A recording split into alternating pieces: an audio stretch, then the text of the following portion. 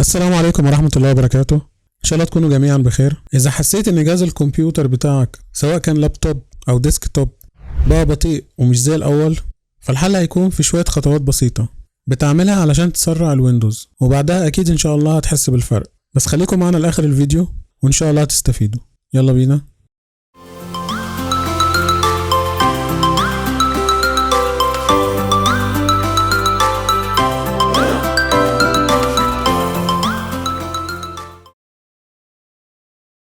في البداية هنروح على أي مكان فاضي بالشاشة ونعمل كليك يمين وبعدين بيرسونالايز أو خصائص، وفي القائمة اللي ناحية الشمال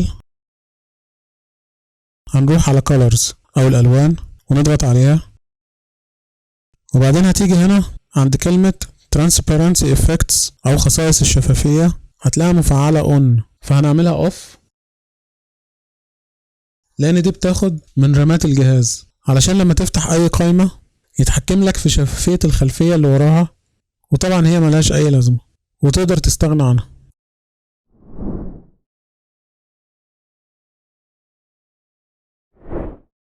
بعد كده هنروح على start وبعدين settings نضغط عليها،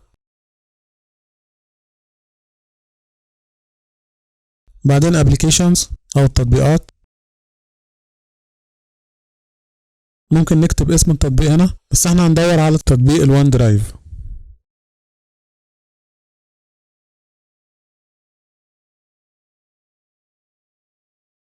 ونعمل uninstall لأن محدش فينا بيستخدمه أكيد، يعني في كتير تطبيقات أحسن منه بكتير زي جوجل درايف وغيره. وكمان هنروح على سكايب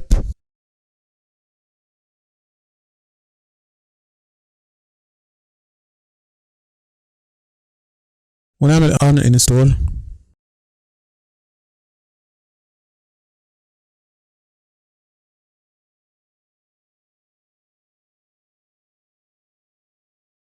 لأن سكايب اللي بيجي مع الويندوز بيكون سيء جدا.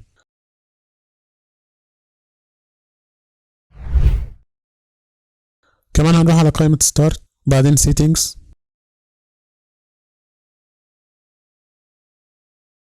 المرة دي هنروح على الجيمنج الألعاب، وهنا هنلغي كل الخيارات المفعلة في الجيمنج، ودي أكتر حاجة بتاخد من موارد الجهاز بتاعك ومن الرامات.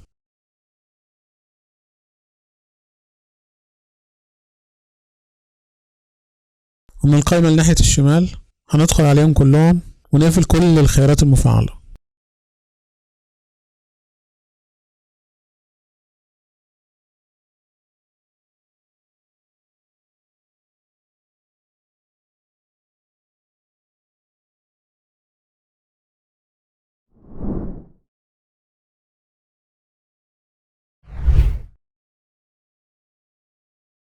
الخطوة اللي بعد كده هنروح كمان على settings، والمرة دي هنروح على privacy، والخطوة دي مهمة جدا.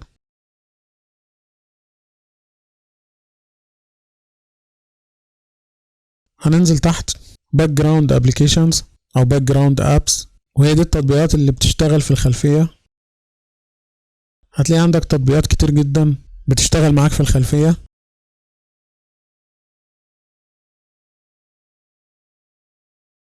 انت مش في حاجة ليهم كلهم. هندخل هنا ونخليها off، وكده نكون قفلنا كل التطبيقات اللي بتشتغل في الخلفية.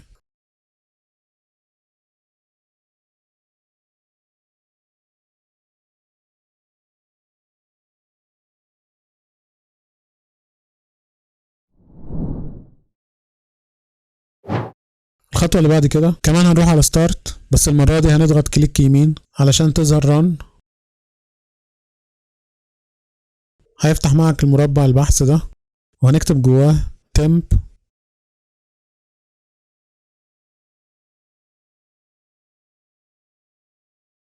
هتظهر عندك الملفات دي، ممكن يظهر عندك اكتر من كده. هنعمل select all او ممكن تضغط control A علشان يعلم عليهم كلهم، وبعدين كليك يمين وننزل تحت delete او حذف وامحي كل الفايلات دي.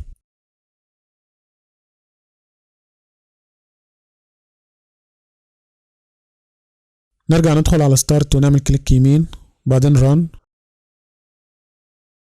المرة دي هنكتب شيفت 5، هتنكتب معاك علامة النسبة المئوية وبعدين TEMP وبعدين شيفت 5 مرة تانية، بعدين اوكي. كمان هيظهر معاك ملفات كتير جدا. الملفات دي لما بتدخل على مواقع او تنزل تطبيقات حتى لو مسحتها بتفضل معلقة في الجهاز. كمان هنعمل كنترول A عشان نعمل سيلكت اول او تحديد الكل، وبعدين نعمل ديليت.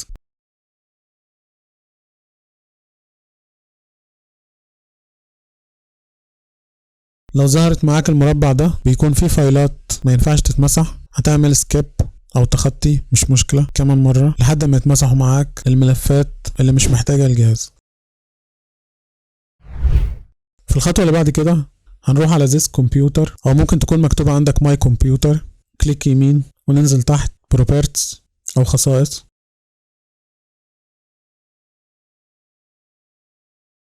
في الناحية الشمال advanced system settings،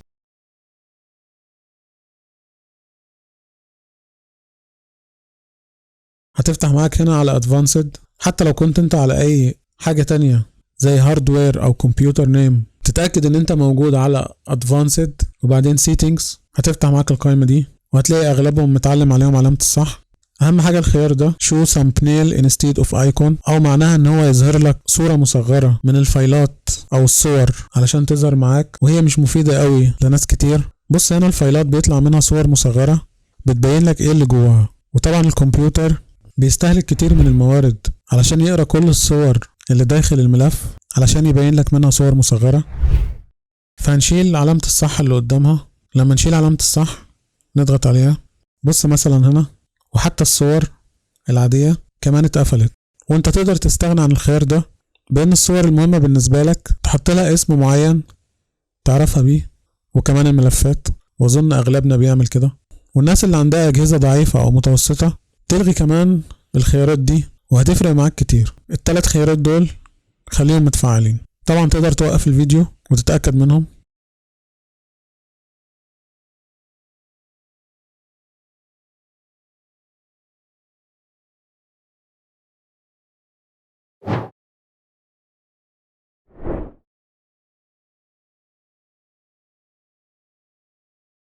واخر خطوة معانا هنروح على ستارت، وهتلاقي عندك الايقونات اللي ناحية الشمال دي بتاخد من الانترنت بتاعك وبتستعمل رامات الجهاز، وهي ملهاش اي لازمة. فانت هتمحيها كلها او هتمسحها كلها، تعمل لها unpin.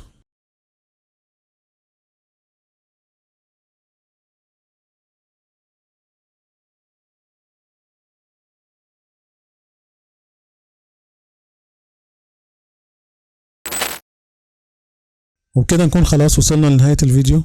بتمنى تكونوا استفدتوا منه. لو كنت اول مرة تشوف القناة ياريت تشترك معانا وتفعل زر الجرس عشان يجيلك اشعار بالفيديوهات الجديدة، وياريت تدعمونا باللايك، واي حد عنده سؤال يسيبه لنا في التعليقات وان شاء الله هنرد عليه. بتمنى تكونوا استفدتم. السلام عليكم ورحمة الله وبركاته.